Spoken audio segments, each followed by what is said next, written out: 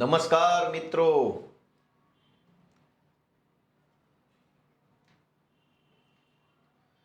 આજે 5મી જાન્યુઆરી અને 2026નો દિવસ સાંજના 6 વાગ્યા છે અને હું તમારી સમક્ષ ફેસબુક લાઈવના માધ્યમથી મળી રહ્યો છું. છેલ્લા ઘણા દિવસથી ગુજરાતમાં બગદાણાની અંદર બનેલી નવનીતભાઈને જે મારવામાં આવ્યો એ ઘટના ખૂબ ચર્ચામાં છે. સોશિયલ મીડિયા, ટીવી, સમાજ અને સરકાર આ બધા જ લોકો આ ઘટનાને લઈ ચર્ચા અને ચિંતા કરે છે. ગુજરાતમાં અગાઉ અનેક આવી ઘટનાઓ બની. પહેલાં પણ થોડાક સમય પહેલાં જ એક વિડીયો વાયરલ થયો હતો. ભાવનગર જિલ્લાના સિંહોર તાલુકાના એક ખેડૂતને 2-3 ગુંડા તત્વોએ લાકડીના મારથી મારતા હોય ખેતરમાં એવી ઘટના બની હતી. આ સિવાય અનેક ઘટનાઓ, પાલનપુરની અંદર એક યુવાનની હત્યાની ઘટના બની, હમણાં બગદાણાની ઘટના બની, અનેક ઘટનાઓ બને છે. અને ભાજપની સરકાર અને ભાજપની વહીવટી સિસ્ટમ એ આ દરેક ઘટનાઓની અંદર કેવી રીતે ગુનેગારોને બચાવવા માટે થઈ જનતાને કેવી રીતે છેતરે છે એ બાબતની માહિતી મારે તમને આજે આપવાની છે. હું 5 જેટલી અલગ અલગ ઘટનાઓની હું તમને માહિતી આપીશ.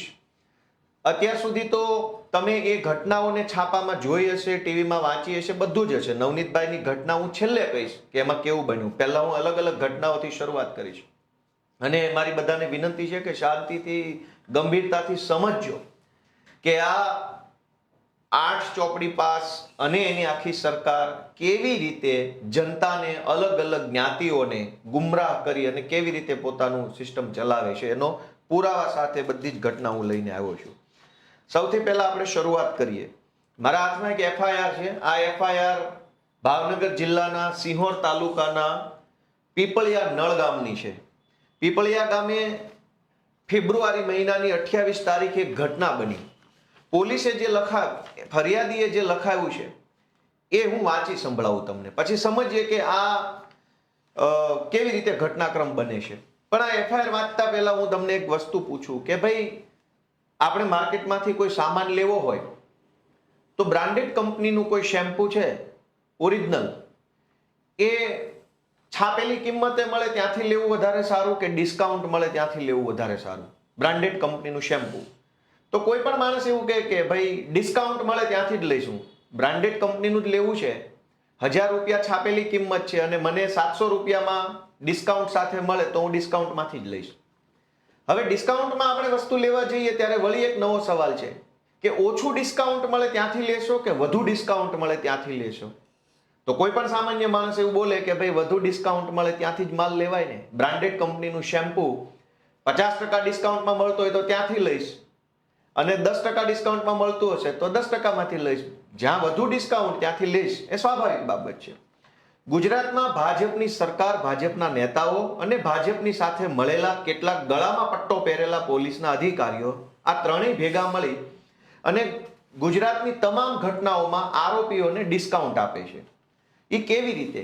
એનો પહેલો દાખલો આપું હું આ સિંહોરની ઘટનામાંથી. સિંહોરમાં ફરિયાદી છે કલ્પેશભાઈ પોપટભાઈ વઘાસિયા. એનું રહેવાનું સરનામું એફઆઈઆરમાં એને લખાયું છે કે ભાવનગરની કોઈ શેરીમાં, કોઈ પ્લોટ નંબર, કોઈ મકાન નંબરમાં રહે છે અને એનું મૂળ વતન પીપળિયા ગામ છે. હવે એ એફઆઈઆર લખાવે છે. આપણે એક વખત એવું માની લઈએ કે અહીંયા એફઆઈઆરમાં જે લખ્યું છે એ જ સત્ય છે, બીજી કોઈ ઘટના બની નથી. તો એ લખાવે છે કે મારું નામ ફલાણું છે, ફલાણી તારીખના રોજ સવારે 10:30 વાગ્યે હું મારા ગામમાં એટલે કે પીપળિયામાં પહોંચી ગયો. આશરે 11 વાગ્યે હું અને મારા પપ્પા પોપટભાઈ લીંબાભાઈ વઘાસિયા બંને અમારે ખેતરે વાડીએ ગયા 11 વાગ્યે, એટલે કે 28 તારીખ ફેબ્રુઆરી મહિનાના સવારે 11 વાગ્યે આ ફરિયાદ લખાવનાર વ્યક્તિ અને એના પપ્પા વાડીએ ગયા. હું અને મારા પપ્પા ચાલીને જતા હતા. એમાં હું તેમની પાછળ આશરે 100 મીટર દૂર હતો એવું લખેલું છે. મેં હાઇલાઇટ કર્યું છે કે 100 મીટર દૂર, એટલે કે કલ્પેશભાઈ 100 મીટર પાછળ છે અને પોપટભાઈ 100 મીટર આગળ છે. 100 મીટર એટલે બધાય સમજે છે કાંઈ નજર સામે દેખાય એટલું. ત્યારે મારા પિતા પોપટભાઈ આગળ ચાલીને જતા હતા. તેની પાસે અમારા ગામના નિલેશભાઈ ઘેલાભાઈ સાનિયા, જેના હાથમાં કુંડળીવાળી લાકડી હતી, તથા મયુરભાઈ ઘેલાભાઈ સાનિયા જેના હાથમાં પણ કુંડળીવાળી લાકડી હતી, તથા સાજણભાઈ આનંદભાઈ તથા ખેતાભાઈ આનંદભાઈ જે બંનેના હાથમાં પણ લાકડીઓ હતી, તેઓ મારા પિતા પાસે લાકડીઓ લઈને જતા હું મારી વાડીએથી મારા પિતાની પાછળ હતો અને આ ચારે જણાને જોઈને હું ઉતાવળા પગલે ચાલી મારા પિતા પાસે પહોંચ્યો. એ સમયે આ ચારેય લોકો જેના હાથમાં લાકડી હતી એ મારા પિતાને એવું કહેતા હતા કે તું કેમ અમને ઢોર ચારવાની ના પાડે છો? આજે તને જીવતો રહેવા દેવો નથી એવી મારી નાખવાની ધમકી આપી ચારેય જણા મારા પિતાને જાનથી મારી નાખવાના ઈરાદે લાકડી લઈને મારવા લાગ્યા. જેમાં નિલેશભાઈ એના હાથમાં હતી એ લાકડી મારા પિતાના ડાબા ભાગે મારી, ગંભીર ઈજા કરી. મયુરભાઈએ લાકડી ખભા ઉપર મારી. સાજણભાઈ અને ખેતાભાઈએ શરીરના અન્ય ભાગ ઉપર લાકડી મારી.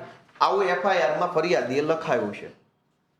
હવે આ ફરિયાદી લખાવે છે ત્યારે ફરિયાદી પોતે ત્યાં હાજર છે, પણ આખી એફઆઈઆરમાં એવું નથી લખ્યું કે ભાઈ વચ્ચે પડ્યો છોડાવવા માટે, કે છોડાવવા વચ્ચે પડ્યો તો બે ધોકા એને પોતાને પણ વાગી ગયા, એવું આખી એફઆઈઆરમાં ક્યાંય લખેલું નથી. આ એફઆઈઆર હું વાંચું છું. એફઆઈઆર છે સિંહોર પોલીસ સ્ટેશનની 28 ફેબ્રુઆરી 2025ની. એવું કેમ બન્યું કે એના પપ્પાને 4 લોકો માર મારે છે અને આ ભાઈ કઈ છોડાવવા પડતો નથી અને આ ભાઈને એક લાકડી પણ વાગતી નથી? મારવા જ આવ્યા છે તો એના છોકરાને 2 લાકડી મારશે. હકીકત એવી છે કે ભાવનગર પોલીસના એક ઉચ્ચ અધિકારીએ ભાજપની દલાલી કરી, ગળામાં પટ્ટો પહેરી અને આખી ખોટી એફઆઈઆર ઊભી કરી છે આરોપીઓને ડિસ્કાઉન્ટ આપવા માટે. ઘટના એમ બની હતી કે એ 4 લોકોએ આ બાપાને ખેતરમાં જઈ માર માર્યો, એનો વિડીયો વાયરલ થયો, ઓલ ગુજરાતે જોયો. ત્યારે ત્યાં ઘટના સ્થળે બાપા પોતે એકલા અને 4 માર મારનારા લોકો, કુલ 5 લોકો જ ખેતરમાં હતા. છઠ્ઠો કોઈ માણસ ત્યાં ખેતરમાં હાજર નહોતો. આ ફરિયાદ જેના નામની પોલીસે લખી છે, કલ્પેશભાઈ પોપટભાઈ વઘાસિયા, એ ગુનો બન્યો તે દિવસે ભાવનગરમાં પોતાના ઘરે હાજર હતા, ગામડે હતા નહીં. છતાંય તે ભાજપનો પટ્ટો ગળામાં પહેરેલા એક પોલીસવાળા અધિકારીએ આ વ્યક્તિને પોતાના પિતાના માર મારનાર વ્યક્તિ વિરુદ્ધનો ફરિયાદી બનાવ્યો અને ફરિયાદી એવી રીતે બનાવ્યો કે હું પોતે ત્યાં હાજર હતો અને મારી હાજરીમાં આ ઘટના બની અને મારા પપ્પાને માર મારતા હતા ને આવું કહેતા હતા.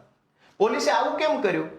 આ ભાઈ ત્યાં હાજર નતો, એના પપ્પાને મારતા હતા ત્યારે એના પપ્પા અને મારનારા 4 લોકો જ હાજર હતા.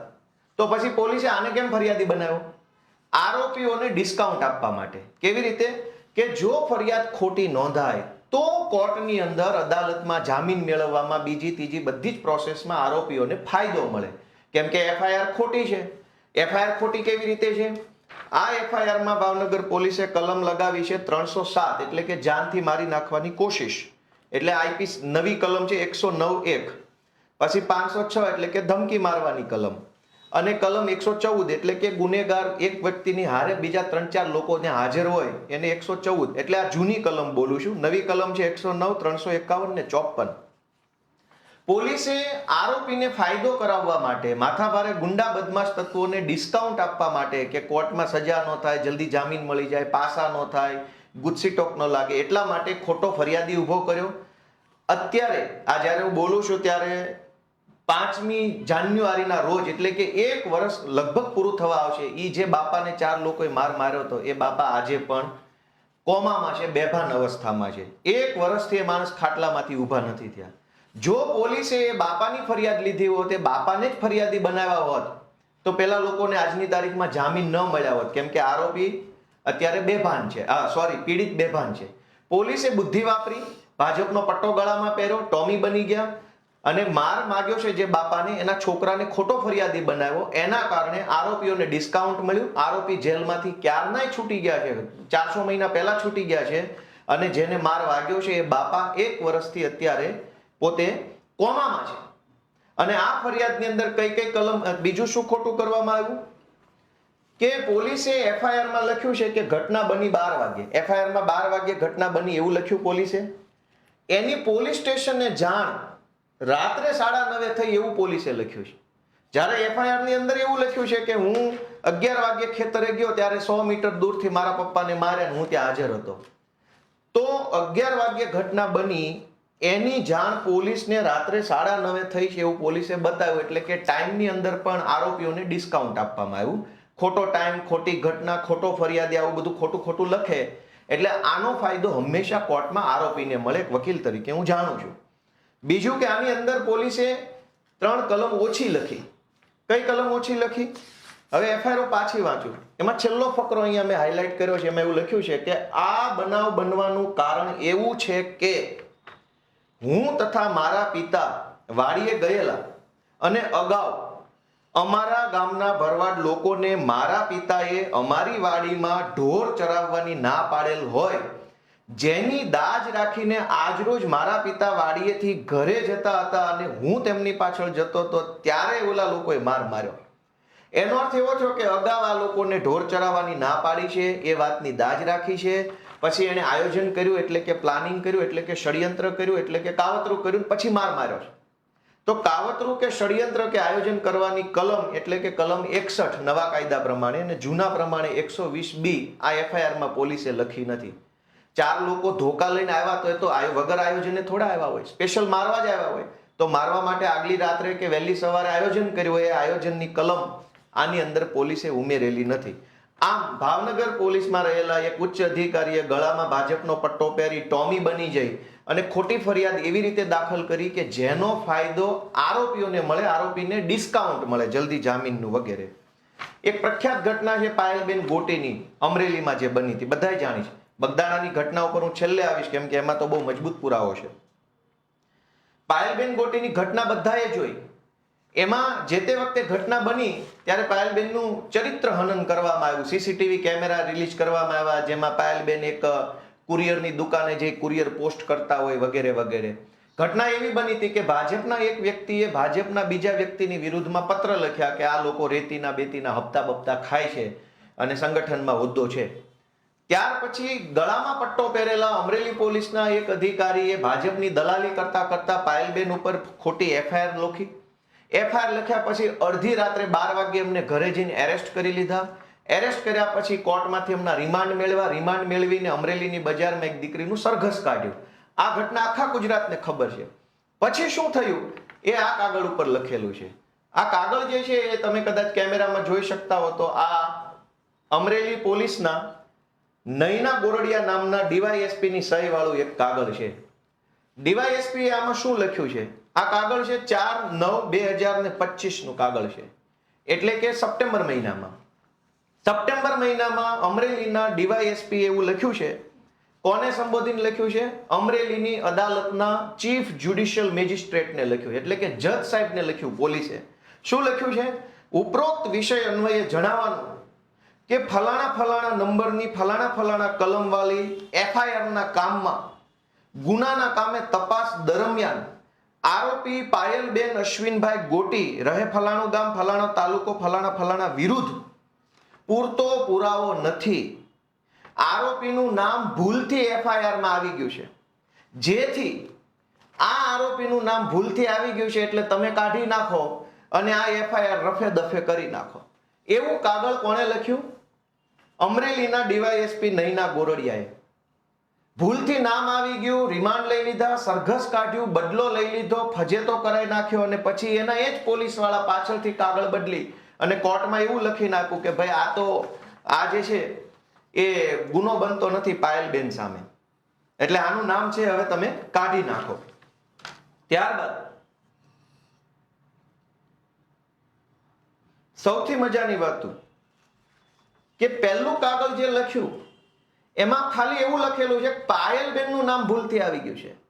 બીજા બધાનું નામ બરાબર છે, બીજા બધાનું નામ તો ગુનેગાર તરીકે છે જ, ખાલી પાયલબેનનું નામ ભૂલથી આવ્યું છે એટલે તમે કોર્ટમાંથી રેકોર્ડમાંથી કાઢી નાખો. પછી આ બીજો કાગળ છે મારા હાથમાં. આ બીજો કાગળ છે એ police inspector cyber crime police સ્ટેશનની સહી વાળો છે. સહી ઉકલતી નથી પણ કે લખેલો છે અને કે અથવા પી જેવું વંચાય છે.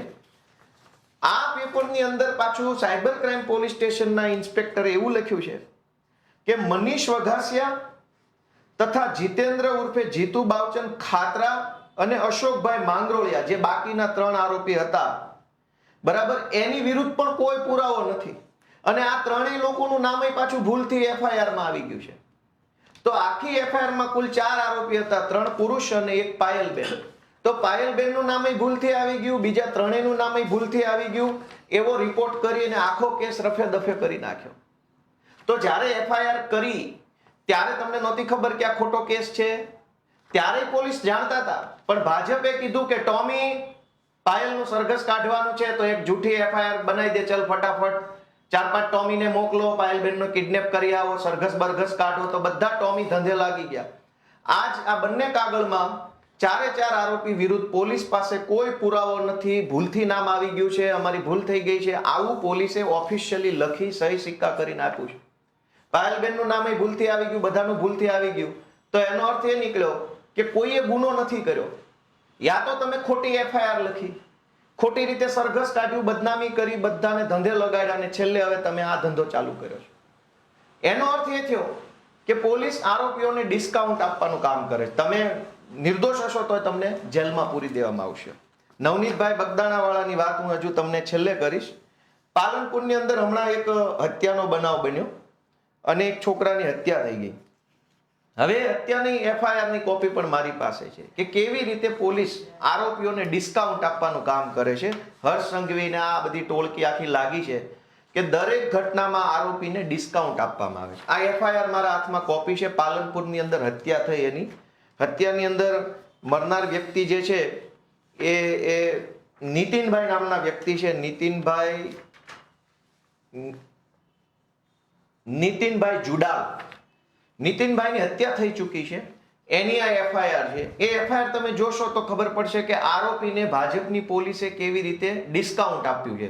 હર્ષ સંઘવીને ભાજપવાળા સમાજમાં આરોપીઓને ગુજરાતમાં કોઈ પણ ઘટના બને, કોઈ ખૂણા પર ઘટના બને, આરોપીને હંમેશા ડિસ્કાઉન્ટ આપવામાં આવે છે, લાભ આપવામાં આવે છે કે તમે જલ્દી છૂટી જાઓ, તમારા વિરુદ્ધ કડક કાર્યવાહી ન થાય, જામીન મળી જાય, પાસા ન થાય, તડીપાર ન થાય, ગુસ્સીટોક ન લાગે. એના માટે બધી જ કાળજી દરેક એફઆઈઆરમાં લેવામાં આવે છે. મેં તો ગુજરાતની મહત્વની 5 ઘટનાઓનું તમારું ધ્યાન દોરવું છે. એમાં છેલ્લે નવનીતભાઈની ઘટના કહીશ કે અત્યારે આપણે બધા ચર્ચા થઈ રહી છે ન્યાય આપો, અને શું નવનીતભાઈની ઘટનામાં છે હું છેલ્લે તમને કહીશ. અત્યારે પાયલબેનની એક ઘટના મેં તમને કીધી, એક સિહોરની કીધી. આ હું પાલનપુરની ઘટનામાં તમારું ધ્યાન દોરું છું કે પાલનપુરની ઘટનામાં એફઆઈઆરમાં લખ્યા પ્રમાણે ગુનો બન્યો, એટલે કે હત્યાનો ગુનો બન્યો 20:45, એટલે કે 8 વાગે રાતના અને 45, એટલે 8:45 વાગે. 8:45 વાગે ગુનો બન્યો અને પોલીસે એ ગુનો નોંધ્યો ક્યારે? 9:25, એટલે કે 9:30 આસપાસ. કઈ તારીખે? 20/12. હવે 20/12 એકચ્યુઅલી શું થયું છે એ જાણીએ કે આ એફઆઈઆર ની કેટલીક લાઈનો હું વાંચું છું જેને મેં હાઇલાઇટ કરેલી છે, પીળો પટ્ટો મારેલો છે કે કેવી રીતે આરોપીઓને ડિસ્કાઉન્ટનો લાભ આપવામાં આવે છે ઈરાદાપૂર્વક. ફરિયાદી લખાવનાર વ્યક્તિનું નામ છે રમેશભાઈ નાનજીભાઈ કેડ. એક રમેશભાઈ નાનજીભાઈ કેડે એવું લખાયું છે કે આ દરમિયાન રસ્તામાં નીતિનભાઈ જે ગુજરી ગયા છે એને આ ભાર્ગવ મંડોરા ઉર્ફે લાલો માળી સાથે ફોનમાં કોઈ પૈસાની લેતી દેતી બાબતે બોલાચાલી થતી હતી અને અમો રામદેવ હોટેલ આગળ આવતા અમો 4 જણાઓ કારમાંથી નીચે ઉતરીને ઊભા રહ્યા.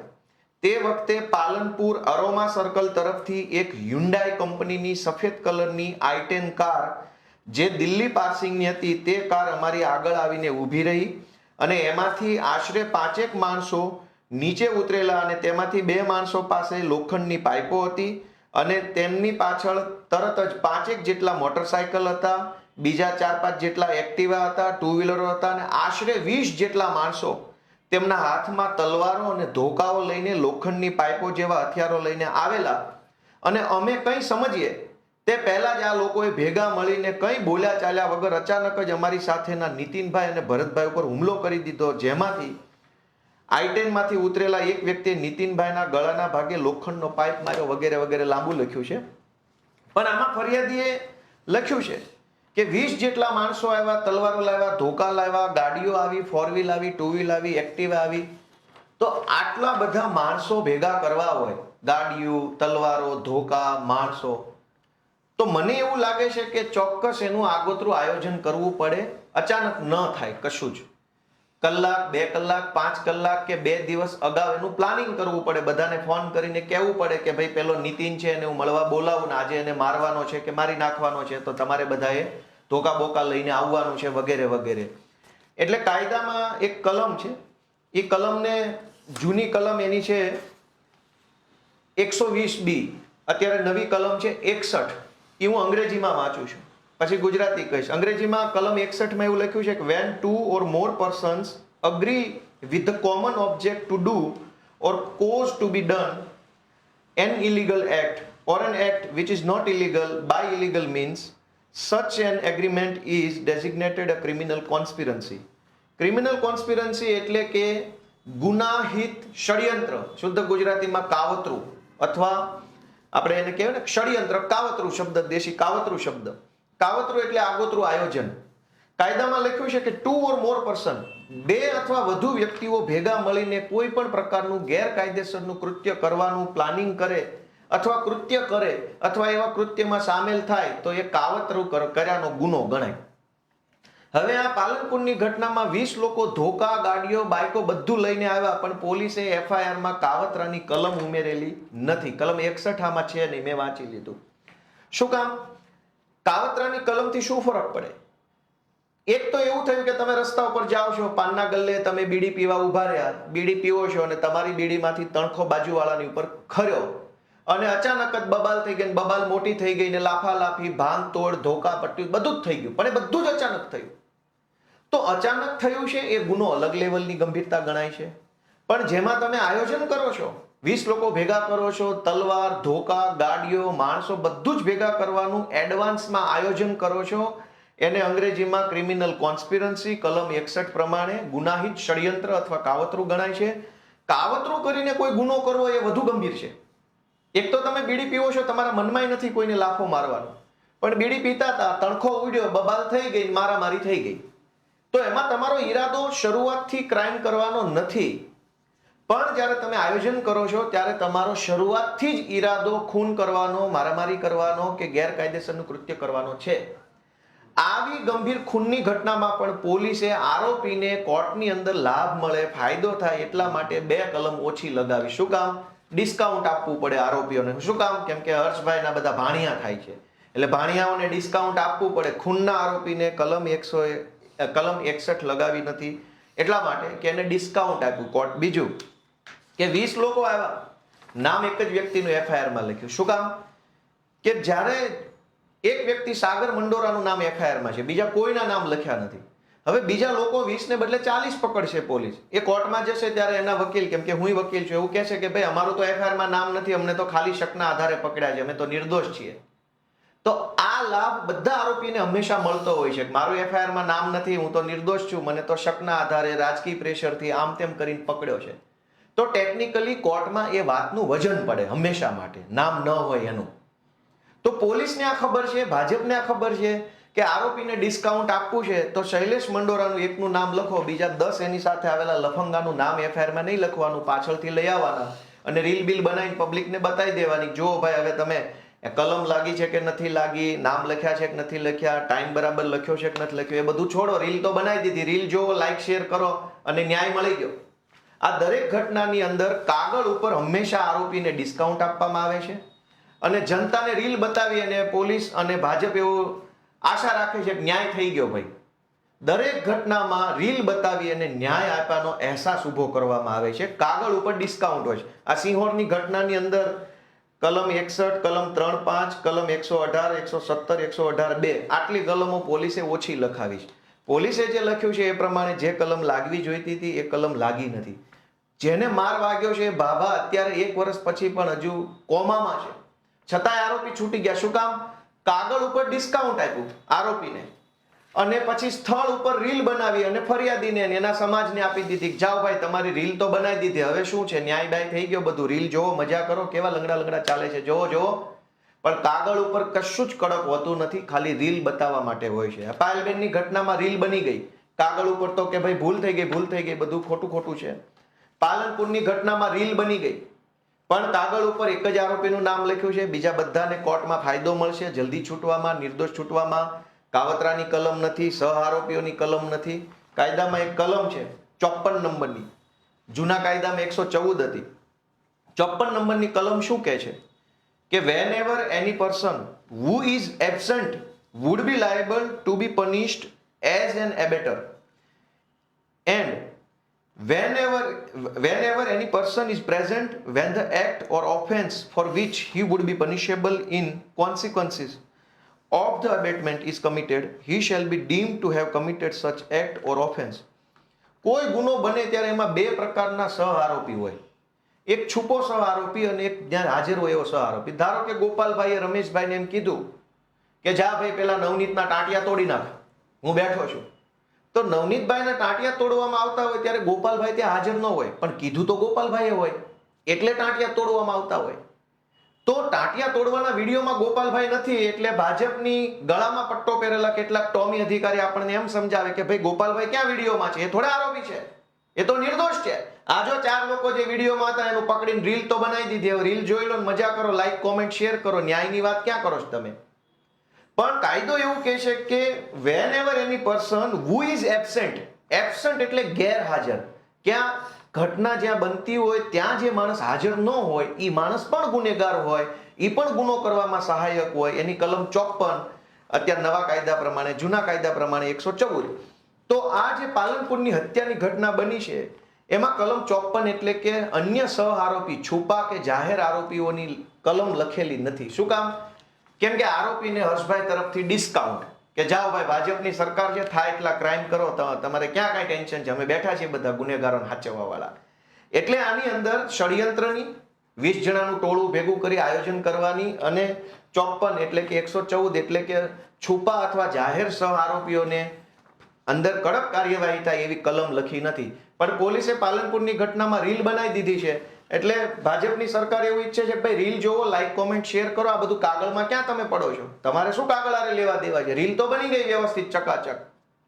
ત્યારબાદ દાહોદની અંદર મનરેગા કૌભાંડ થયું, આખા ગુજરાતને ખબર છે, એની આ એફઆઈઆર છે મારી પાસે.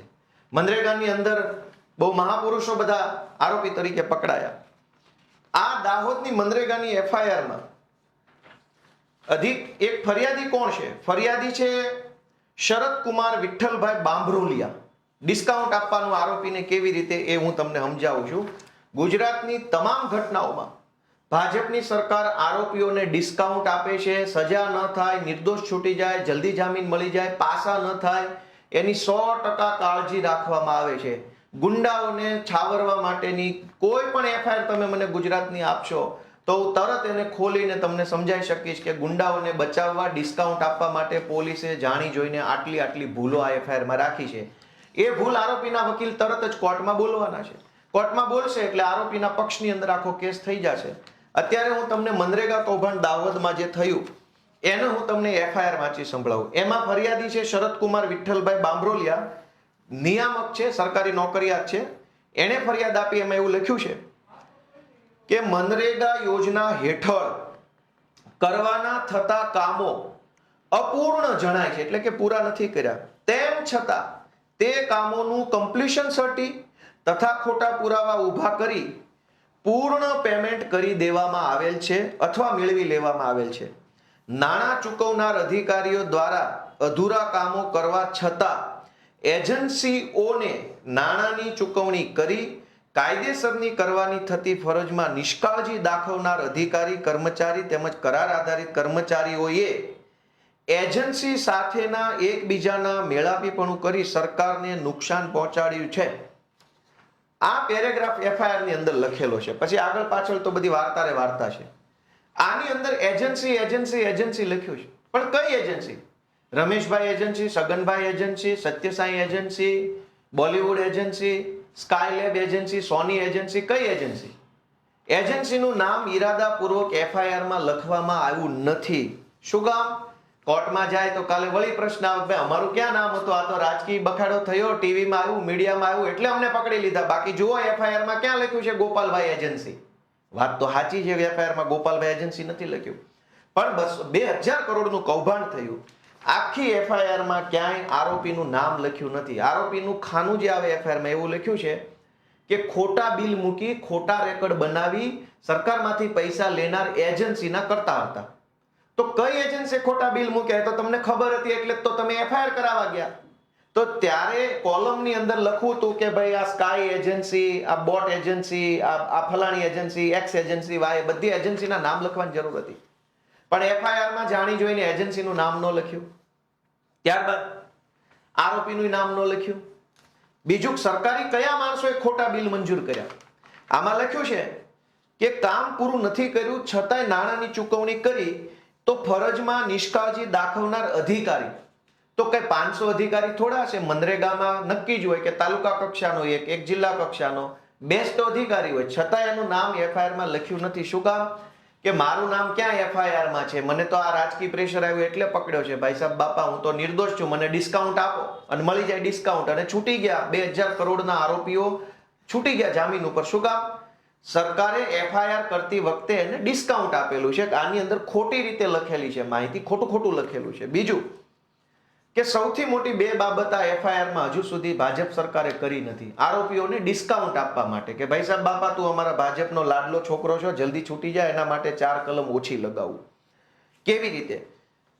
કે સરકારી કામમાં ખોટા બિલ મૂકવામાં આવ્યા અને એફઆઈઆર માં લખ્યું છે કે એજન્સી દ્વારા કોઈ કામ કરવામાં નથી આવ્યું, તેમ છતાં ખોટા બિલ મૂકી અને પૈસા લઈ લીધા. તો સરકારી કામના બિલ હંમેશા જીએસટી વાળા હોય તો જ હાલે. આ કોઈ પાનની દુકાનનું માવાનું બિલ નથી કે સાદી કાપલી પર હોય. સરકારી મનરેગાના કોન્ટ્રાક્ટના કામોના 2000 કરોડના ખોટા બિલ મૂકવામાં આવ્યા તો એ દરેક બિલ જીએસટી વાળા હશે. એનો અર્થ એ થયો કે મનરેગામાં 2000 કરોડનું કૌભાંડ તો થયું, સાથે જીએસટી નું કૌભાંડ પણ થયું. જીએસટી ચોરી થઈ. તો જીએસટી ની કોઈ એફઆઈઆર આજ સુધી થઈ નથી. જીએસટી ની કાર્યવાહી નથી થઈ. ઇનપુટ ક્રેડિટ ને ટેક્સ ક્રેડિટ ને રિબેટ ને જે કાંઈ આવતું એની કોઈ કાર્યવાહી આ દાહોદના મનરેગા કૌભાંડમાં થઈ નથી. ખાલી પોલીસ સ્ટેશનમાં એફઆઈઆર થઈ છે વિશ્વાસઘાત અને છેતરપિંડીની. પણ આ જીએસટી ના 2000 કરોડના ખોટા બિલ સરકારને પકડાવ્યા અને એમાં જે ક્રેડિટ લીધી હશે એનું શું? તો કે ડિસ્કાઉન્ટ લઈ જાઓ ભાઈ, ભગવાન ભરોસે તંત્ર ચાલે છે. અને બીજું કે પ્રિવેન્શન ઓફ કરપ્શન એક્ટ નામનો કાયદો બન્યો છે, એસીબી કરપ્શનનો કાયદો. જે સરકારી માણસોએ આવા ખોટા બિલ મંજૂર કરી અને એજન્સીઓને પૈસા ચૂકવી દીધા, એ માણસે પૈસા તો કમાણો. તો સરકારી માણસ ખોટી રીતે પૈસા કમાય એ એસીબી નો ગુનો છે. પ્રિવેન્શન ઓફ કરપ્શનનો, ભ્રષ્ટાચારનો કેસ થવો જોઈએ. જ્યારે આમાં દાહોદના કાંડમાં સરકારી માણસો ઉપર ભ્રષ્ટાચારની એફઆઈઆર નથી થઈ, ખાલી વિશ્વાસઘાતની એફઆઈઆર થઈ છે. 2000 કરોડનો વિશ્વાસઘાત કર્યો, હવે પૈસા પાછા સરકારને કોણ આપશે? તો કે ડિસ્કાઉન્ટ લઈ જાઓ. એટલે કે કાગળ ઉપર પોલીસ અને ભાજપના કેટલાક ટોમી ઈરાદાપૂર્વક કાગળ ઉપર ખોટું લખે, ખોટા વાક્યો, ખોટા આંકડા, ખોટી કલમ, ખોટી ઘટના, ખોટી રીતે બધું લખીને કાગળો નબળા બનાવે, બોદા કાગળ બનાવે અને જનતાને બતાવવા માટે રીલ બનાવે. એટલે કાગળ ઉપર આરોપીઓને, ગુનેગારોને, ગુંડાઓને ડિસ્કાઉન્ટ મળે અને જનતાને રીલ જોવા મળે અને 8 પાસની દુકાન આવી રીતે ચાલે છે. મોરબી દુર્ઘટના બની. હવે આ મોરબી દુર્ઘટના, મોરબીની એફઆઈઆર મારી પાસે પડી છે. આમાં પણ આરોપીઓને કેવી રીતે ડિસ્કાઉન્ટ આપવામાં આવ્યું કે તમે જેલથી, સજાથી, કાયદા કાનૂનથી બચો એના માટેની વ્યવસ્થા સરકાર તરફથી તમને ડિસ્કાઉન્ટ. આ મોરબીની ઘટનાના ફરિયાદી પ્રકાશભાઈ અંબારામભાઈ દેકાવાડિયા છે. એટલે કે એ પીઆઈ છે, ત્યાંના મોરબીના પીઆઈ છે. એણે આખી ફરિયાદમાં ક્યાંય આરોપીનું નામ કે એજન્સીનું નામ લખાયું નથી. એણે લખાયું છે કે સરકારશ્રીના અલગ અલગ વહીવટી તંત્ર દ્વારા ખાનગી એજન્સીઓ મારફતે બ્રિજનું સમારકામ, મેન્ટેનન્સ અને મેનેજમેન્ટ કરી સ્થાનિક લોકોની સુખાકારી અને આનંદ પ્રમોદ તથા પ્રવાસન માટે ખુલ્લો રાખવામાં આવતો હતો. ખાનગી એજન્સી પણ કઈ agency? Rameshbhai agency, Gopal agency, ચંદ્ર એજન્સી, મંગળ એજન્સી, ગુરુવાર, કઈ એજન્સી? આખી એફઆઈઆર માં એજન્સીનું નામ નથી લખ્યું, કોઈ માણસનું નામ નથી લખ્યું. શું કામ? કોર્ટમાં જ્યારે જાઓ ત્યારે વળી એમ કહી શકો કે સાહેબ આમાં મારું નામ જ નથી, મારી કંપનીનું નામ નથી, આ તો રાજકીય બધું ષડયંત્ર થયું, મીડિયામાં હોવા થઈ ગઈ એટલે મને ખોટી રીતે ફસાયો છે, હું નિર્દોષ છું. જુઓ ક્યાં એફઆઈઆર માં મારી એજન્સીનું નામ છે અને આમાં છે નહીં. આવી રીતે દરેક ગુનાના આરોપીઓને કાગળ ઉપર બચાવવા માટે થઈ ડિસ્કાઉન્ટ આપવામાં આવે છે ભાજપની સરકાર દ્વારા અને પબ્લિકને બતાવવા રીલ બનાવવામાં આવે છે. એટલે આરોપી પણ ખુશ, ભાજપ ખુશ, રીલ જોઈને પબ્લિક ખુશ, બધું ખુશ. ન્યાયની વાત કઈ હોતી નથી. હવે આ મારા હાથમાં નવનીતભાઈનો કાગળ હવે આવ્યો. બગદાણાની ઘટના, નવનીતભાઈની એફઆઈઆર છે મારા હાથમાં. આ એફઆઈઆર માં નવનીતભાઈ જે છે એ ફરિયાદી છે. હવે એની હું ફરિયાદ વાંચું છું, કેવી રીતે આરોપીઓને લાભ મળે, આરોપીઓ છૂટી જાય, જામીન જલ્દી થઈ જાય, સજા ન થાય, જે દિવસે કેસ હાલે ત્યારે નિર્દોષ છૂટી શકે, પાસા ન થાય, આવું બધું બધી કાળજી પોલીસ અને કેટલાક ભાજપના નેતાઓ દ્વારા ગુજરાતમાં ગમે ત્યાં રાખવામાં આવતી હોય છે. આ તો મેં તમને મોરબીની, દાહોદની, પાલનપુરની, અમરેલીની ઘટનાઓ કીધી. આ બગદાણાની ઘટના, બગદાણાના કિસ્સામાં શું થયું કે આખો સમાજ આવ્યો, સમાજના આગેવાનો, રાજ્યના મંત્રીઓ, કેન્દ્રના મંત્રીઓ, કેબિનેટ મંત્રીઓ, સાંસદો બધા જ આવ્યા. તો અવડા મોટા નેતાઓને પણ ભાજપની સરકાર અને કેટલાક ટોમી અધિકારીઓ છેતરી ગયા, ખુલ્લેઆમ છેતરી ગયા અને આરોપીઓને ડિસ્કાઉન્ટ આપવામાં આવ્યું. નવનીતભાઈએ લખાયું, નવનીતભાઈ જે વિડીયોમાં બોલ્યા એ વિડીયોમાં એવું બોલે છે કે ભાઈ એને પહેલા જયરાજનો ફોન આવ્યો, પછી બીજા એક બે વ્યક્તિનો ફોન આવ્યો, ત્રીજાનો ફોન આવ્યો અને પછી રાત્રે આ માથાકૂટની ઘટના બની. હવે અહીંયા જ્યારે એફઆઈઆર લખી છે એ એફઆઈઆર ને આપણે વાંચીએ તો ખબર પડે કે પોલીસે ઘટના, માનો કે જયરાજે માર્યો છે, મરાયો છે, નથી મરાયો, એ તો તપાસનો વિષય છે, સરકારને એસઆઈટી ફેસાઈટી બધું થયું છે, પણ કાગળ ઉપર જે પોલીસે લખ્યું છે એ પ્રમાણે કલમ તો નાખવી જોઈએ કમસે કમ.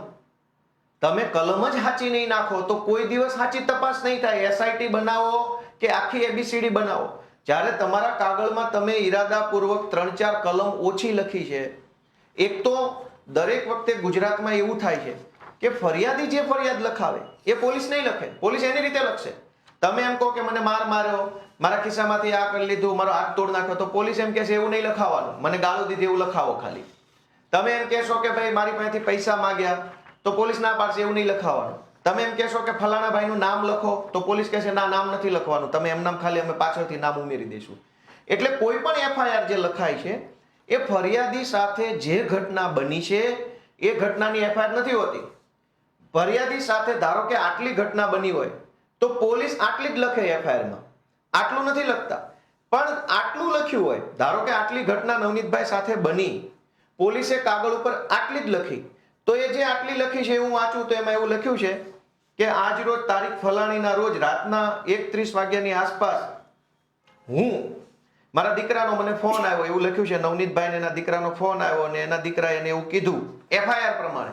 નવનીતભાઈનું કહેવાનું અલગ છે, પણ એફઆઈઆરમાં જે લખ્યું છે એને સાચું માની લઈએ, 100% સાચું, તો પણ કેટલાક ટોમીઓએ આરોપીઓને ડિસ્કાઉન્ટ આપવાનું કામ કર્યું છે. હું એમ માની લઉં કે આ જ સાચું છે. નવનીતભાઈ જે વિડીયોમાં બોલ્યા હશે એ સાચું નથી, આ સાચું છે, તો પણ ભાજપના કેટલાક ટોમી અધિકારીઓએ આરોપીઓને ડિસ્કાઉન્ટ આ ઘટનામાં આપ્યું છે અને સમાજના મંત્રી લેવલના લોકોને તે છેતરી ગયા છે. આમાં એવું લખ્યું છે કે રાત્રે નવનીતભાઈને એના છોકરાનો ફોન આવ્યો અને એને છોકરાએ ફોનમાં એવું કીધું પપ્પા મારા ટ્રેક્ટરને કોઈ સફેદ ગાડીવાળાએ રોક્યું છે. સફેદ કેવી ગાડી છે, સફેદ કઈ ગાડી કીધી, ગાડીનું બ્રાન્ડનું નામ લખેલું છે, વેરના કાર. કોઈ વેરના કારે મારું ટ્રેક્ટર રોક્યું છે અને મારી પાસેથી કાગળ માગે છે. એટલે નવનીતભાઈ એનો છોકરો જ્યાં હતો ત્યાં ટુ વ્હીલ લઈને જાય છે, એવું એફઆઈઆરમાં લખ્યું છે. ત્યાં ટુ વ્હીલ લઈને ગયા તો ત્યાં વેરના કાર નથી પણ એનો છોકરો ઊભો છે, એવું એફઆઈઆરમાં લખ્યું છે. પછી છોકરાને પૂછે છે તો છોકરો એવું કહે છે કે ભાઈ એ વેરના કાર તો અહીંથી આમ જતી રહી. તો નવનીતભાઈ એવું નક્કી કરે છે એફઆઈઆર પ્રમાણે, કેમ કે ઘટના આટલી છે પણ પોલીસે આટલી લખી છે, એ આટલી લખી એની ઉપર ચર્ચા કરીએ. જેથી હું, હવે નવનીતભાઈના શબ્દો છે, જે પોલીસે આટલામાંથી આટલું કર્યું એ શબ્દો, જેથી હું, એનો છોકરાએ એવું કીધું કે ભાઈ ગાડી તો અહીંથી નીકળી ગઈ છે, અહીંયા કઈ ગાડી છે નહીં, તો ત્યાર પછી હું એ 4 વ્હીલની પાછળ મારી મોટરસાયકલ લઈને એકલો નીકળેલ. આ શબ્દો સાંભળજો ફરીથી. હું એટલે કે નવનીતભાઈ એ 4 વ્હીલની પાછળ મારી મોટરસાયકલ લઈને એકલો નીકળેલ અને હું આ 4 વ્હીલની પાછળ મોણપર ગામ જવાના રસ્તે મોણપર ગામના ઈશ્વરભાઈ શિયાળના બ્લોકના કારખાને પહોંચેલ ત્યારે આ સફેદ કલરની 4 વ્હીલ મારી પાછળથી આગળ આવીને ઊભી રહી. આખું વાક્ય એવું લખ્યું છે કે હું કારની પાછળ ચાલતો હતો અને ઈશ્વરભાઈના કારખાના પાસે કાર પાછળથી આગળ આવી ગઈ. એફઆઈઆરમાં આવું વાક્ય લખ્યું છે. આ તો ખાલી એક મુદ્દો છે, એફઆઈઆર તો બહુ લાંબી છે. પોલીસે અહીંયા ચાલાકી વાપરી લીધી છે, શબ્દની ચાલાકી. કાલ કોર્ટમાં વકીલ કહેશે કે ભાઈ આગળ હતા પાછળ હતા તમને જ ખબર નથી, એનો અર્થ એ થયો કે તમે જૂઠું બોલો છો. હવે કોણ આગળ હતું કોણ પાછળ હતું એ ક્યાંય નક્કી નહીં થાય, એનો વિડીયો ઓડિયો કઈ નથી. એટલે હું પોતે ઘડીક એમ કહું આગળ હતો ને હું એમ કહું પાછળ હતો તો મારી વાતનો કોઈ ભરોસો કરે નહીં. ફરીથી જેથી હું ફોર વ્હીલની પાછળ મારી મોટરસાયકલ લઈને એકલો નીકળે, હું આ ફોર વ્હીલની પાછળ મોણપર ગામના જવાના રસ્તે મોણપર ગામના ઈશ્વરભાઈ શિયાળના બ્લોકના કારખાને પહોંચ્યો ત્યારે આ કાર છે એ મારી પાછળથી આવીને આગળ ઉભી રહી ગઈ. લ્યો, પાછળ હતા પોતે અને કાર પાછળ આવી ગઈ. આ શબ્દ ચાલાકી પોલીસે આરોપીઓને ડિસ્કાઉન્ટ આપવા બનાવી છે. ભાઈ આમાં જયરાજ દોષિત છે કે દોષિત નથી એ તો પછીનો વિષય છે. પોલીસે કાર આગળ પાછળ શું કામ કરી નાખી? કાગળ ઉપર આટલી શબ્દ ચાલાકી કરી અને આ કેસને બોધો પાડવાનું કામ ભાજપનો પટ્ટો જેને ગળામાં પહેર્યો છે એને ઓલરેડી કરી નાખ્યું છે. હવે એસઆઈટી ની રચના કરે શું થવાનું? કેબિનેટ મંત્રીને કહેવાથી શું થવાનું? જ્યારે ચોરી તો અહીં કરી નાખી છે, ચોરી પકડાઈ ગઈ છે, હજુ બીજી ચોરી બતાવું કે આગળ એવું લખે છે કે ફોર વ્હીલ માંથી અજાણ્યા ઈસમો જેમાં 2 લાકડા 2 પાઇપ અને ધોકા લઈને ઉતરેલ અને મારવા લાગેલ. એટલે કે પહેલા એક કાર હતી એમાંથી 2 લાકડા 2 પાઇપ અને ધોકા લઈને કેટલાક માણસો ઉતર્યા અને મારતા હતા. ત્યારે બીજી એક સફેદ કલરની સ્વિફ્ટ કાર આવી અને એમાંથી બીજા 4 માણસો ઉતર્યા અને એ લોકો પણ ધોકાથી મને મારવા લાગ્યા. એક તો ઘટના આટલી બની છે, પોલીસે આટલી લખી છે, એ આટલીમાં તે ખોટું લખાણ છે. એમાં શું ખોટું છે કે એક કાર ઓલરેડી હતી ત્યાં, પાછળથી બીજી આવી, બધા પાસે ધોકા છે, બધાને ખબર છે કે નવનીતભાઈને મારવાનો છે. એનો અર્થ એ થયો કે આ વસ્તુ આયોજનથી થયેલી છે, કાવતરું કરીને થયેલી છે, પ્લાનિંગથી થયેલી છે. પણ નવનીતભાઈની એફઆઈઆરમાં આયોજનની, કાવતરાની, પ્લાનિંગની કલમ પોલીસે નાખી નથી આરોપીઓને ડિસ્કાઉન્ટ આપવા માટે જામીનનું.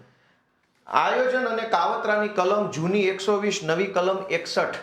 એમાં લખ્યું છે ક્રિમિનલ કોન્સ્પિરન્સી, મેં જે અંગ્રેજીમાં વાંચ્યું કે van 2 or more person agree with a common object, 2 અથવા વધુ વ્યક્તિઓ સમાન ઈરાદા સાથે કામ કરવા માટે સંમત થાય તો એ ષડયંત્ર કાવતરાનો ગુનો લાગુ પડે છે. પણ નવનીતભાઈની આખી એફઆઈઆરમાં પોલીસે આરોપીઓને ડિસ્કાઉન્ટ આપ્યું છે કલમ નંબર 61 નું કે ભાઈ તે કોઈ કાવતરું નથી કર્યું, આ તો અચાનક બનેલી ઘટના છે.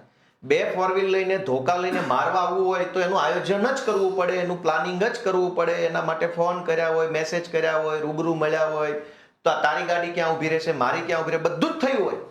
પણ પોલીસે એ આખા કાવતરા, ષડયંત્ર, આયોજનની બાબતને એફઆઈઆર માંથી હટાવી દીધી છે. કોઈ ભાઈ જયરાજ આરોપી છે કે નહીં તો પછીની વાત છે. પહેલા તો આ 6 જણા આવ્યા, એને ષડયંત્ર તો કર્યું, કાવતરું તો કર્યું, ક્યાંક બેસીને મીટિંગ તો કરી, એ ઘટના આખી એફઆઈઆર માંથી હટાવી દીધી છે. હવે હર્ષ સંઘવીએ કીધું કે ભાઈ એસઆઈટી ની રચના કરશું. શું એસઆઈટી કરશો તમે? જ્યારે એફઆઈઆર તો આરોપીને ડિસ્કાઉન્ટ આપવાની કરી છે. આપણે એમ માની લઈએ કે જે 6 લોકો વિડીયોમાં દેખાય છે એટલા જ ગુનેગાર છે, બીજું કોઈ આમાં ગુનેગાર નથી. તો પણ પોલીસે આરોપીને ડિસ્કાઉન્ટ કેમ આપ્યું?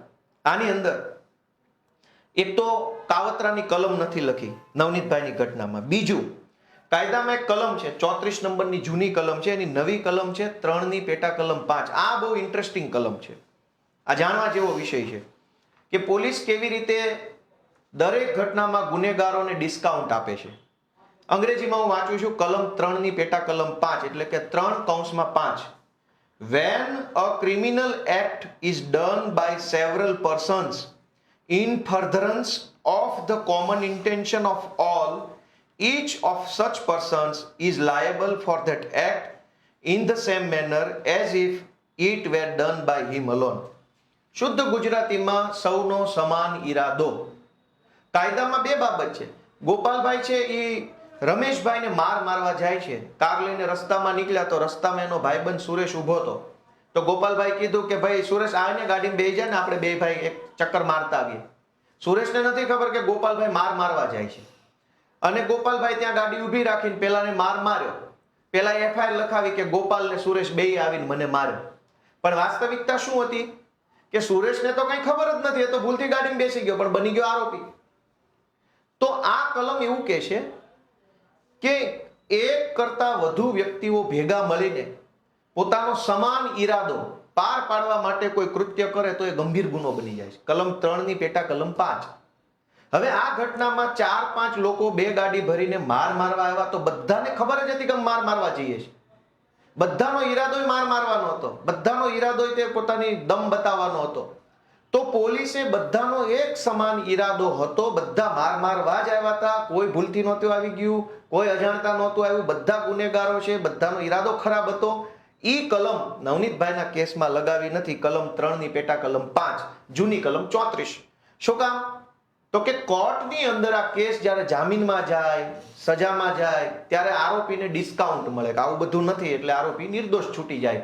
અત્યારે ભલે ન્યાય અપાવું, સમાજ ભેગો થયો, મંત્રી સંત્રી આવી ગયા, પણ આવું તો હર્ષ સંઘવીને ન ખબર હોય, અથવા એને ખબર હોય પણ એ કહેશે નહીં. સમાજના કદાવર આગેવાનોને છેતરે છે ભાજપની સરકાર કે તમારી પોલીસે આરોપીને ડિસ્કાઉન્ટ આપ્યું છે.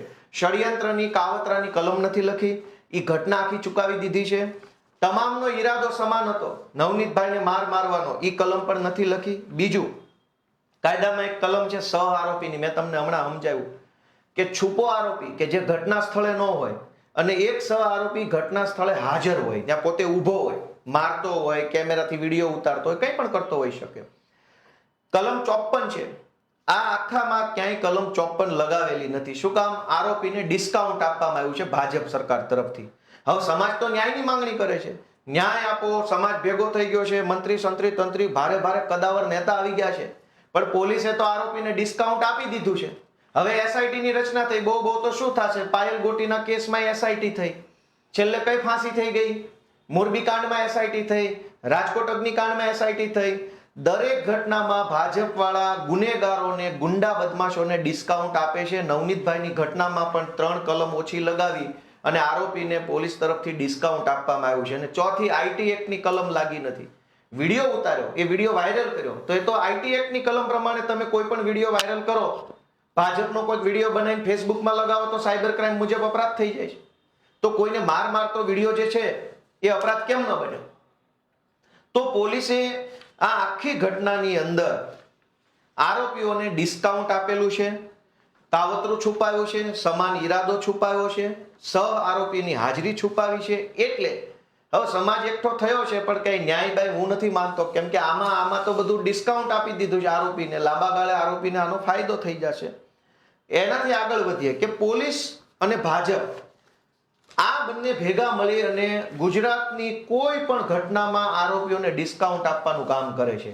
અને મેં તમને પહેલા કીધું કે આરોપીને ડિસ્કાઉન્ટ મળે, પોલીસ તરફથી ફાયદો મળે, પ્રોટેક્શન મળે, સવલત મળે, તો આરોપીને ગુનો કરવાનું વધુ મન થાય. 1000 રૂપિયા વાળી વસ્તુ મને 500 માં મળે તો હું 2 વખત ખરીદી કરીશ. ગુજરાતમાં તમામ ગુંડા, બદમાશ, લુખ્ખા, લફંગાઓને હંમેશા પોલીસ તરફથી અને ભાજપની સરકાર તરફથી ડિસ્કાઉન્ટ આપવામાં આવે છે. ઓછી કલમ લગાવે, નામ ન લખે, એજન્સીનું નામ ન લખે, બીજી ત્રીજી બધી જ રીતે આરોપીના બચાવમાં જ તે કાગળ તૈયાર કરવામાં આવે, પણ પબ્લિકને રીલ બતાવી દેવામાં આવે. પબ્લિક રીલ જોઈને ખુશ છે. રીલ બાબતે પણ મારે તમારું એક વાતનું ધ્યાન દોરવું છે કે કોઈ પોલીસ વાળો કોઈને મારવા તૈયાર નથી, ગુંડા બદમાશોને.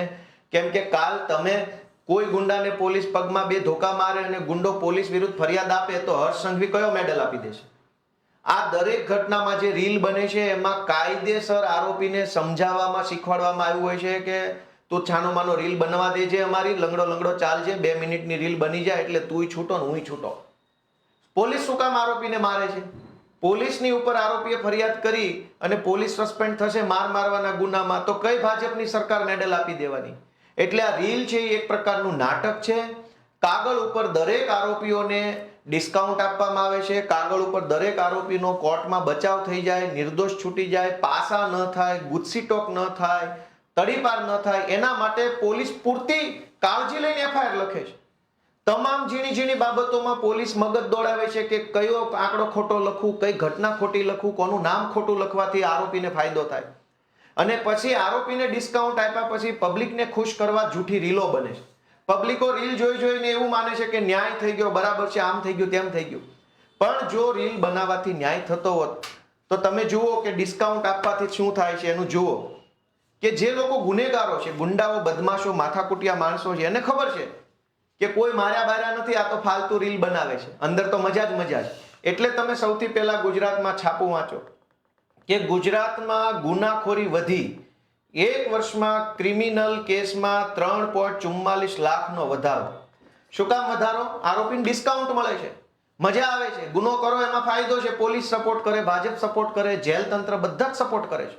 એટલે ગુજરાતમાં ગુનાઓનું પ્રમાણ વધ્યું છે. આવું ચોખ્ખું છે. 1 વર્ષમાં 3.44 લાખ ગુનેગારો વધ્યા એટલા માટે કે દરેક ગુનેગારો જે ક્રિમિનલ માઇન્ડના માણસો છે એને ડિસ્કાઉન્ટ આપવામાં આવે છે. બીજું જુઓ કે આ સાયબર ક્રાઇમ 2022 કરતા 2023માં 31% વધારો. શું કામ? કેમ કે ડિસ્કાઉન્ટ આપે છે.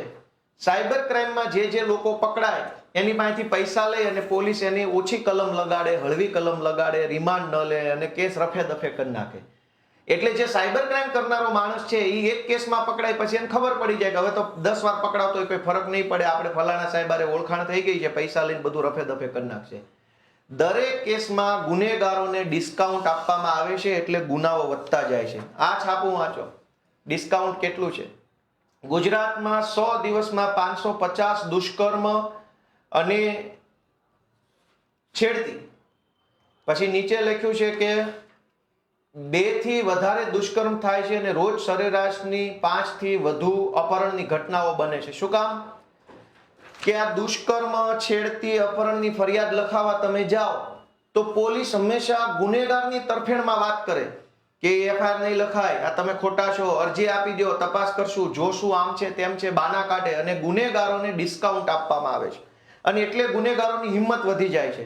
આ સમાચાર ઉપર ફોકસ કરો ભાઈ. અહીંયા ખૂણામાં અહીં શું લખ્યું છે છાપામાં? આ સમાચારમાં આ જોઈ લો. એમાં એવું લખ્યું છે કે સુરતમાં લોકો કામે જતા પહેલા દીકરીઓને ઘરમાં પૂરી અને દરવાજે તાળા મારે છે. આટલી હદે ગુનેગારોને તો જેલમાં પૂરીને તાળા નથી મારવા પડતા. લોકો એટલી હદે, પોલીસ એટલી હદે ગુનેગારોને છાવરે છે, ગુંડા બદમાશોને એટલો બધો સપોર્ટ આપે છે કે ગુંડાઓની હિંમત એટલી વધી ગઈ છે કે ગમે તે કરો પોલીસ જ અમને બચાવી લે છે. ગુંડાઓને વિશ્વાસ જ પોલીસ ઉપર છે. અને પોલીસમાં આવું કેમ થયું? તેમ કે ગૃહમંત્રી બહુ મહાન માણસોને બનાવવામાં આવ્યા છે, મુખ્યમંત્રી એનાથી મહાન છે, એટલે ગુંડાઓને સરકાર ડિસ્કાઉન્ટ આપે છે. એના પરિણામે ગુજરાતની પરિસ્થિતિ જુઓ કે ગુજરાતમાં અપહરણ કરાયેલા 437 લોકોમાંથી 437 લોકોનો અતોપતો નથી. અપહરણ થયું પણ આજની તારીખમાં પોલીસને માણસ મળતો નથી. ચૈતર વસાવા, રાજુ કરપડા આંદોલન ઉપર ઉતરવાના હોય તો એને અંધારામાંથી ગોતી આવે છે, ગમે ત્યાંથી ગોતી લે. સીએમ નો પ્રોગ્રામ હોય તો આમ આદમી પાર્ટીના કાર્યકર્તાને ગમે ત્યાંથી ગોતી કાઢે છે, એલસીબી, ક્રાઇમ બ્રાન્ચ વગેરે. પણ અપહરણ કરાયેલા 474 લોકો પોલીસને આજ દિવસ સુધી મળતા નથી. શું કામ? કે આ અપહરણ કરનારી ટોળકીને પોલીસ તરફથી, ભાજપની સરકાર તરફથી ડિસ્કાઉન્ટ આપવામાં આવ્યું છે. તમે તારે ક્રાઇમ થાય એટલો કરો, અમને અમારું દેતા રહેજો. ભાજપમાં થોડુંક દો, થોડુંક અમને દઈ દો. પબ્લિક તો હિન્દુ મુસલમાન કરીને મત આપવા તૈયાર જ બેઠી છે. ત્યારબાદ ગુજરાતમાં 898 કરોડ રૂપિયાના અલગ અલગ મુદ્દામાલની ચોરી થઈ. એમાંથી 643 કરોડનો મુદ્દામાલ મળ્યો જ નથી. 898 એટલે ઓલમોસ્ટ 900 કરોડ રૂપિયાની ચોરી થઈ. અલગ અલગ, કોઈનો મોબાઈલ, કોઈનું સોનું ચાંદી, કોઈના ઘરેણા, કોઈનું કોમ્પ્યુટર, કોઈની 4 વ્હીલ, કોઈની 2 વ્હીલ. એમાંથી 643 કરોડ રૂપિયાનો મુદ્દામાલ તો હજુ સુધી કોઈને મળ્યો નથી. તો આ 643 કરોડ રૂપિયાનો મુદ્દામાલ જે ચોર લઈ ગયા, એ ચોર પાસેથી ચૂંટણી ફંડ કોણે લીધું, કટકી કોણે લીધી અને કોણે આ ચોર લોકોને ડિસ્કાઉન્ટ આપ્યું? ચોરને કોઈ બીક નથી. તમે જુઓ કે 5 વર્ષમાં ગુમ થયેલા 10,000 બાળકોમાંથી 3,000નો પતો નથી. 3,000 બાળકો ગુજરાતમાંથી ગુમ થયા છે, એનો કોઈ અતોપતો નથી. એટલા માટે કે ક્રાઇમ કરનારા લોકો છે એને ડિસ્કાઉન્ટ સરકાર જ આપે છે કે થાય એટલો ક્રાઇમ કરો, અમને હપ્તા દેતા રહેજો, એટલે બાકી કઈ વાંધો નથી. હવે તમે જુઓ કે જે ઘટના બહુ ચગી જાય. એક તો તમે જ્યારે ફરિયાદ લખાવા જાઓ છો તો પોલીસ ફરિયાદ લખવા જ તૈયાર નથી. માંડ ફરિયાદ લખાવો તો જેવી તેવી ફરિયાદ લખે છે. કેટલાક કિસ્સામાં વિડીયો વાયરલ થઈ જાય, ખૂબ બધું ભમાભમી મચી જાય, એટલે પરાણે એફઆઈઆર દાખલ કરવી પડે તો આરોપીઓને ડિસ્કાઉન્ટ મળે, કલમ ઓછી લગાવે, વાક્યો બદલી નાખે, શબ્દો બદલી નાખે, નામ છુપાવે. આવું બધું કરીને પણ છતાંય જે એફઆઈઆર લખાય છે, છતાંય એ એફઆઈઆર માંથી 3 વર્ષમાં 10,000 કરતા વધુ ખાલી પોક્સોના કેસ નોંધાય. એટલે 17 વર્ષ કરતા ઓછી, 18 વર્ષ કરતા ઓછી ઉંમરની દીકરીઓ ઉપર બળાત્કાર, છેડતી, રેપના કેસ નોંધાયા. અને એમાં fast track court, fast track court એટલે ફાસ્ટ એટલે ઝડપ, ટ્રેક એટલે જલ્દીથી કેસ જેનો નિકાલ થઈ જાય, ફાસ્ટ ટ્રેક કોર્ટ બનાવી સરકારે. એમાંય 10,000 થી વધુ કેસ તો એમાં પેન્ડિંગ છે. રેગ્યુલર કોર્ટમાં તો કેટલા હશે? ફાસ્ટ ટ્રેક કોર્ટ એટલે અલગથી સ્પેશિયલ કોર્ટ. 18 વર્ષથી નીચેની દીકરીઓ સાથે બળાત્કાર છેડતી કઈ ઘટના બને એની સ્પેશિયલ કોર્ટમાં 10,000 કેસ 3 વર્ષમાં ખાલી 10,000 કેસ તો પેન્ડિંગ છે. અને આ 10,000 કેસ કેવા હશે જે બહુ ચકચારી હશે, સમાજે વિરોધ કર્યો હોય, આંદોલન થઈ ગયું હોય, વિડીયો વાયરલ થઈ ગયો હોય, સોશિયલ મીડિયામાં હોવા થઈ ગઈ હોય તો લખે. છાના ખૂણે કોઈ નિર્દોષ દીકરી આરે ઘટના બની ગઈ હોય તો ગુજરાતમાં આરોપી તરફે હંમેશા ભાજપ સરકાર ઊભી છે. આરોપીનું હિત એ જ ભાજપાની જીત, એ સૂત્ર સાથે બધા લાગેલા છે. ત્યારબાદ આ કોર્ટોમાં કેસ પેન્ડિંગ છે, 10,000 કેસ સ્પેશિયલ કોર્ટમાં પેન્ડિંગ છે. તો રેગ્યુલર કોર્ટની તો હાલત જ ક્યાં ચર્ચા કરવા જેવી. છતાંય જે કાંઈ કેસ કોર્ટમાં હાલે છે, ભલે પેન્ડિંગ પણ તોય 2-5 કેસ તો હાલતા હશે. એ જે કેસ હાલે છે એની અંદર માત્ર 40% લોકો દોષિત સાબિત થાય છે. સજા તો નહીં જ, હજુ તો સાબિત થવાની. 160 કેસ સાબિત નથી થતા. ગુજરાતમાં ભ્રષ્ટાચારના કેસો વધ્યા અને 40% કેસમાં દોષિત ઠર્યા. એક તો એફઆઈઆર થતી નથી, માંડ થાય તો એમાં આરોપીઓને ડિસ્કાઉન્ટ આપવામાં આવે છે. એ છતાંય જે એફઆઈઆર થઈ એ કોર્ટમાં વર્ષો સુધી પેન્ડિંગ રહેશે. પેન્ડિંગ રહ્યા પછી માંડ કેસ હાલે તો 40% દોષિત ઠરે છે, બાકીના તો ભગવાન ભરોસે છૂટી જાય છે. આવું બધું શું કામ થાય છે? તમે જુઓ કે શાળા કોલેજોની અંદર વિદ્યાર્થીનીઓ અસલામત અને ખાખી વર્દી નિષ્ક્રિય. શું કામ? આરોપીઓને સરકાર તરફથી ડિસ્કાઉન્ટ આપવામાં આવ્યું છે. તમારામાં જેટલી ક્ષમતા હોય એટલા ગુનાઓ કરો, ભાજપની સરકાર તમારા માટે બેઠી છે. આ 2025 નું છાપું છે, 13/10/2025. અમદાવાદમાં છેડતીના કિસ્સાઓ વધ્યા. દર મહિને 20 ગુનાઓ નોંધાય છે. દર મહિને 20 તો ગુનાઓ નોંધવા પડે છે, નોંધાય છે નહીં, ફરજ પડે. વિડીયો વાયરલ થઈ ગયો, કોઈ રાજકીય નેતા આવ્યા, કોઈ આગેવાન આવ્યા, હો હલ્લો થઈ ગયો, એટલે 20 તો નોંધવા પડે છે એમ લખવું જોઈએ. દર મહિને 20 નોંધવા પડે છે. બનતી તો 200 ઘટના હશે, પણ કોઈને ફરક પડતો નથી. કેમ કે ગૃહમંત્રીના રાજમાં ગુંડાઓ જે છે એને રેલમ છેલ છે, ડિસ્કાઉન્ટ આપવામાં આવે છે. પોલીસ તરફથી કાગળ નબળા બનાવવામાં આવે, રીલ સારી બનાવવામાં આવે. રીલ એકદમ મસ્ત બનાવવાની, કાગળ બધા બોગસ બનાવવાના. આ જુઓ, 26/11/2025 નું છાપું છે, જૂનું નથી. રૂપિયા 2400 કરોડનું ડ્રગ્સ પકડાયું. તે ઇન્ફિનિટી કંપની ફરીથી કેવી રીતે શરૂ થઈ? ગુજરાતમાં ઇન્ફિનિટી નામની કંપની 2400 કરોડ રૂપિયાનું ડ્રગ્સ બનાવતા પકડાઈ ગઈ રંગે હાથ. અને પકડાઈ, કેસ થયો, બેસ થયો, બધું થયું, અને પાછી કંપની ફરીથી ચાલુ થઈ ગઈ. આપણે ત્યાં ગામડામાં જીબી વાળા ખોટું લાઇટની ચોરીનો પેલો કેસ, ખોટો કેસ કરી જાય તો આખી જિંદગી નવું મીટર નથી મળતું, નવું કનેક્શન નથી મળતું. 5,000 રૂપિયાની ચોરીનો કેસ થઈ જાય, લાઇટ ચોરીનો, તો મીટર નથી મળતું. અને 2400 કરોડનું ડ્રગ્સ જે કંપની વેચતા પકડાય એ કંપની પાછી ચાલુ થઈ ગઈ કમ્પ્લેટ વ્યવસ્થિત ધારાધોરણ પ્રમાણે. કેવી રીતે? બસ આ જ તો ભાજપ સરકારની નીતિ છે. આ જુઓ લ્યો, આમાં તો શું બોલવા જેવું છે? લ્યો બોલો. ધારાસભ્ય મનુ પટેલે ડ્રગ્સ વિશે કરેલી ફરિયાદ પરથી પોલીસે કાર્યવાહી કરી નહીં. શું કામ? તો કે હર્ષભાઈના નેતૃત્વમાં આરોપીઓને ડિસ્કાઉન્ટ આપવાની યોજના હેઠળ ડ્રગ્સના આરોપીઓ પર કોઈ કાર્યવાહી કરવી નહીં. ભાજપના ધારાસભ્યએ ડ્રગ્સની ફરિયાદ કરી, એમાંય કાંઈ ન થયું. તો આરોપીઓને કેટલી હદે ડિસ્કાઉન્ટ સરકાર આપે છે? શું કામ? તો કે આ આવી ગયા મહાપુરુષ. લ્યો, આ મેન મુદ્દો છે, વાંચો શું લખ્યું છે. ગુજરાતની કાયદો વ્યવસ્થા ભલે લથડે, હર્ષ સંઘવીને રસ નથી. શેમાં રસ છે? રીલ બનાવવામાં. કે રીલ સારી બનવી જોઈએ, ચકાચક રીલ બને તો અને તો જ મજા આવે. દોસ્તો, આજ ગુજરાતની અંદર બગદાણાની ઘટનામાં જોયું કે સરકાર કાગળ ઉપર ખોટું કરે છે. જયરાજ આરોપી છે, આરોપી નથી, એના આપણે, હું જજ નથી, પણ હું એટલું તો કહી શકું કે જે ઘટના કાગળ ઉપર લખી કે ટોળું આવ્યું, ધોકા લાવ્યા, ગાડીઓ આવી, મારામારી કરી, તો કલમ કેમ ના લખી? નવનીતભાઈનું એવું કેવું છે કે જયરાજનું નામ લખો, એ આરોપી છે. પોલીસે ના લખ્યું, કઈ વાંધો નહીં, પણ પોલીસ જે ઘટનાને લખવા માટે સહમત થઈ ગઈ, સંમતિ આપી, બરાબર છે, આટલું અમે લખી દેશું, જે લખ્યું એની કલમ કેમ ના લખી? આટલા મોટા માણસ, જાજા લોકો આવે અને ધોકા લઈને મારે તો ષડયંત્ર કાવતરા વગર શક્ય નથી. બધા જ લોકોનો ઈરાદો મારવાનો હોય તો જ બધા ધોકા લઈને આવે. કોઈ ભૂલથી કોઈની ગાડીમાં ચડી ગયું નથી. દરેક ઘટનામાં, હજુ મારી પાસે ઘણી બધી ઘટનાની ફાઇલ પડી છે, પણ હવે લાંબી વાત થઈ ગઈ એટલે બોલવી નથી. ટૂંકમાં ગુજરાતની અંદર કાગળ ઉપર ગુજરાતની કોઈ પણ ઘટનામાં બુટલેગર હોય, માફિયા હોય, જમીન માફિયા હોય, બધાને ભાજપની સરકાર તરફથી ઓન પેપર ડિસ્કાઉન્ટ આપવામાં આવે છે અને જનતા માટે થઈને રીલ બનાવી લેવામાં આવે, એટલે જનતા રીલ જોઈને ખુશ થઈ જાય કે જો આને આમ લંગડો આલ્યો તેમ લંગડો આલ્યો. હું તમને હજુ ધ્યાન દોરીશ કે કોઈ પોલીસ વાળો પોતાની નોકરી જોખમમાં નાખવા તૈયાર નથી. બે ધોકા કોઈ શું કામ મારે? આપણે રીલ જોવી છે તો એનો ભોગ પોલીસ થોડો બનશે.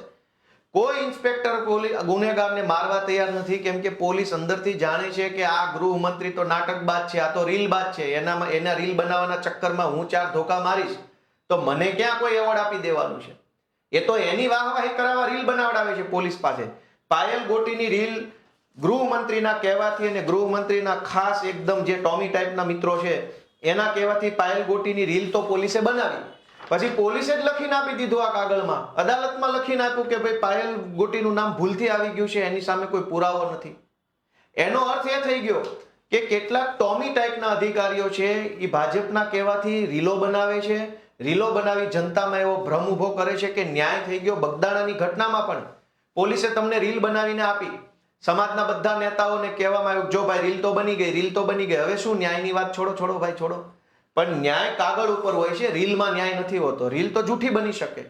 આ કાગળ ઉપર જે ખોટું કરવામાં આવે છે દરેક કેસની અંદર લોકો એને જાગે કે ગુજરાતની કોઈ પણ ઘટનામાં આરોપીઓને ડિસ્કાઉન્ટ આપવામાં આવે છે, આરોપીને બચાવવામાં આવે છે, આરોપીને કોર્ટમાં ફાયદો થાય એવા બોદા બોગસ નબળા કાગળ બનાવવામાં આવે છે અને એ નબળી કામગીરી કર્યા પછી એક સારી રીલ બનાવવામાં આવે છે. અને આ ષડયંત્ર ગુજરાતની જનતા જાગૃત થઈને જાણે તો ઠીક છે, બાકી ગોપાલભાઈનું આમાં કોઈ નુકસાન નથી, આમ આદમી પાર્ટીનું કોઈ નુકસાન નથી. અમે તો અમારો સંઘર્ષ કરીએ છીએ, મહેનત કરીએ છીએ, મજૂરી કરીએ છીએ, પણ જનતા સાથે આ ખોટું થઈ રહ્યું છે. દરેક ઘટનામાં પોલીસ ગુનેગારોને બચાવવા માટે થઈને જ બધું કાગળ બનાવે તો એ કેટલી હદે વ્યાજબી છે.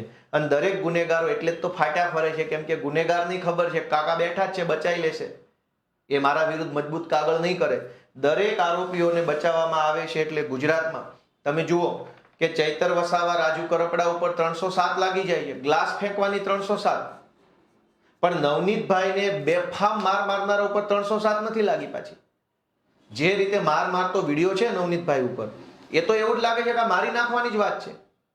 નવનીતભાઈને મારી નાખવાની જ કોશિશ ને મારી નાખવા માટે જ મારવામાં આવ્યો છે, એમાં 307 નથી. ચૈતર વસાવાએ ગ્લાસ ફેંક્યો કે ના ફેંક્યો, ધારો કે ફેંક્યો તો ગ્લાસ વાગવાથી કયો માણસ મરી ગયો દેશની અંદર? છતાંય 307માં 2 મહિના ધારાસભ્ય જેલમાં રહ્યા. એનો અર્થ એ થયો કે જે ગુનેગારો છે એને કાગળ ઉપર ડિસ્કાઉન્ટ આપવાનું છે, અને જે ભાજપની વિરુદ્ધમાં છે રાજુભાઈ કરપડા ઉપર 307 લાગી, જાનથી મારી નાખવાની કોશિશ.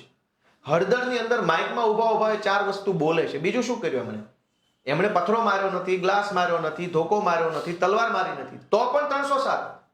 નવનીતભાઈને મારી નાખવા માટે થઈને ધોકે મારે, એની ઉપર 307 નથી. અને આ ભાજપની સરકાર આખા સમાજને છેતરે છે. સમાજના આગેવાનો નેતાઓ આવે, ન્યાય આપો, SIT ની રચના, તપાસ ચાલુ છે, પણ કાગળ ઉપર તમે આ ખોટું કર્યું એનો જવાબ કોણ આપશે? પોલીસે 4 કલમ ઓછી કેમ લગાવી? કોના કહેવાથી ઓછી કલમ લાગી? હવે પાછળથી ઉમેરશો એનો કોઈ ફાયદો નથી. તો આવી રીતે કાગળ ઉપર ગુનેગારોને બચાવવાનું કામ આખા રાજ્યમાં તમામ ઘટનામાં ભાજપ અને ભાજપના કેટલાક ટોમી કરી રહ્યા છે, અને પછી પબ્લિકને ઝઘડો કરાવડાવે. અત્યારે બગદાણામાં કાગળ ઉપર ખોટું થયું છે, સોશિયલ મીડિયામાં આ જ્ઞાતિ ઓલી જ્ઞાતિનો ઝઘડો કરાવવાની કોશિશ ભાજપના માણસો કરી રહ્યા છે. આખી જ્ઞાતિને કોઈને કઈ ઝઘડો હોતો નથી, પણ દરેક ઘટનામાં, પાલનપુરની ઘટનામાં પણ એવું થયું, મોરબીની ઘટનામાં પણ એવું થયું, અમરેલીની ઘટનામાં પણ એવું થયું, સિંહોરની ઘટનામાં પણ એવું થયું કે કાગળ ઉપર આરોપીઓને ડિસ્કાઉન્ટ આપી અને પછી 2 જ્ઞાતિને લડાવવા ઝઘડાવવાનું કામ ભાજપના માણસો કરતા હોય છે. આપણે બધા સાવચેત, સલામત અને એલર્ટ રહીએ એવી વિનંતી સાથે હું મારી વાત પૂરી કરું છું. સૌને મારા જય શ્રી કૃષ્ણ, જય ગરવી ગુજરાત.